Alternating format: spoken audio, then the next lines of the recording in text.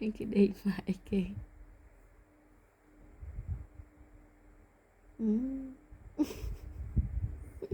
Hay đi trong bánh lưỡi đầy nè.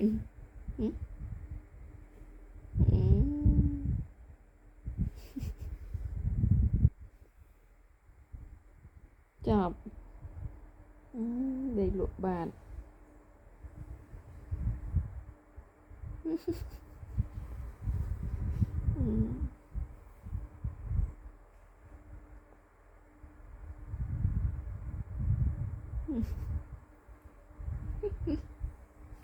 Đi kia này. Anh có bạch đi kia.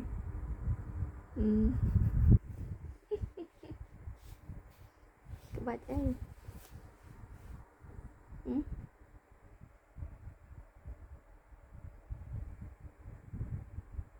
Thì lụa bạt đây. Chọc vậy. Thì lụa bạt đây.